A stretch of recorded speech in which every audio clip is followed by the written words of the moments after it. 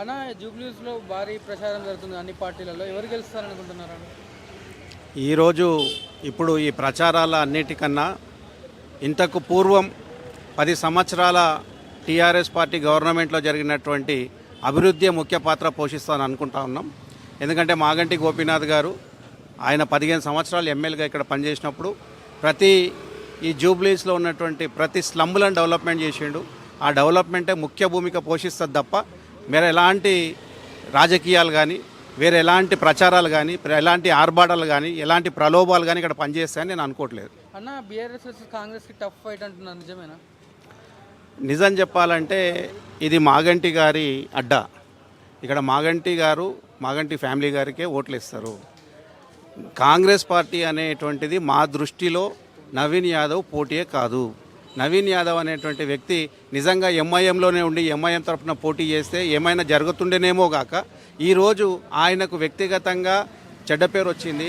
అలాగే కాంగ్రెస్కు ఉన్నటువంటి పూర్తి చెడ్డ పేరు, రేవంత్ రెడ్డి పాలనకు ఉన్నటువంటి చెడ్డ పేరు, ఇలా కాంగ్రెస్ ప్రభుత్వానికి ఉన్నంత చెడ్డ పేరు అంతా కాంగ్రెస్ పార్టీ అభ్యర్థి అయినటువంటి నవీన్ రావుకు తలగడం మూలంగా ఖచ్చితంగా నవీన్ రావు గారు అతి భారీ మెజార్టీతో ఓడిపోబోతున్నాడు. అన్న బీసీ ఓట్లు, ముస్లిం ఓట్లు వన్ సైడ్గా కాంగ్రెస్ పార్టీకి అని టాక్ నడుస్తుంది బయట, నిజమా? బీసీలు ఎందుకు కాంగ్రెస్కు ఓటేయాలి?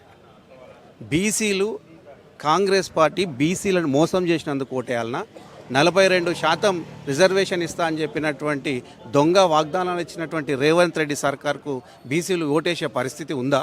అసలు ఇవాళ మైనారిటీలు ఇన్ని సంవత్సరాలు 2 సంవత్సరాలు పరిపాలించిన తర్వాత నీకు ఇలా జూబ్లీ ఉప ఎన్నికలు రావడం మూలంగా మైనారిటీ ఓట్లు కావాలని చెప్పేసి కేవలం అజారుద్దీన్ గారికి మంత్రి పదవి ఇవ్వాలని చెప్పేసి ఇవాళ నువ్వు నిర్ణయం తీసుకున్నావు.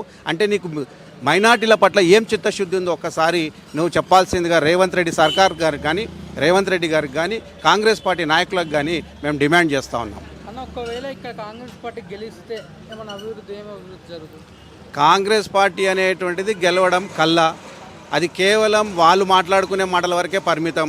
కాంగ్రెస్ పార్టీ నాయకులు నిన్న మంత్రి గారు ఒక ఆమె పెద్ద మనిషి దగ్గరకు పోతే ఆమె పొల్లు తిట్టి పంపించింది. కరెంటు మీటర్ల గురించి అడిగింది, గ్యాస్ కనెక్షన్ల గురించి అడిగింది, 4000 పెన్షన్ గురించి అడిగింది. ఇది ఏ ఒక్క నాయకుడు ఒక లీడర్ చెప్పడం కాదు, స్వచ్ఛందంగా ప్రజల మధ్యనే ప్రజలు విప్లవం లాగా ఇది వచ్చింది. ఈ విప్లవంలో ఖచ్చితంగా కాంగ్రెస్ పార్టీ ఓడిపోతుంది. బీఆర్ఎస్ పార్టీ అభ్యర్థి మాగంటి సునీతమ్మ గారు భారీ మెజార్టీతో గెలుస్తారు. అన్న హైదరాబాద్లో బీఆర్ఎస్ ముందులానే ఉందంటారా? ఖచ్చితంగా ఇంకా పెరిగింది. మా అదృష్టం ఏంటంటే రేవంత్ రెడ్డి గారు ముఖ్యమంత్రిగా ఉండడం, ఆయన చేస్తున్నటువంటి పిచ్చి తుక్లక్ పరిపాలన వల్ల ఈరోజు మా గ్రాఫ్ ఎక్కడో 50-30 ఉన్న దగ్గరికి వెళ్ళి ఈరోజు 60-70 పెరిగిపోయింది. మాకు రాబోయే రోజుల్లో బ్రహ్మాండమైనటువంటి, ఇంతవరకు మేము అనుకునేది ఏంటంటే సిల్వర్ ప్లేట్లోనే మాకు అధికారం వస్తుంది అనుకున్నాం. కానీ ఇప్పుడు సిల్వర్ ప్లేట్లో కాదు, బంగారు పల్లెంలో కేసీఆర్ గారికి అధికారం రాబోతూ ఉంది. ఖచ్చితంగా రాబోయే రోజుల్లో ఈ తెలంగాణ రాష్ట్రానికి మరొక్కసారి ముఖ్యమంత్రిగా కేసీఆర్ గారు ఉండబోతూ ఉన్నారు.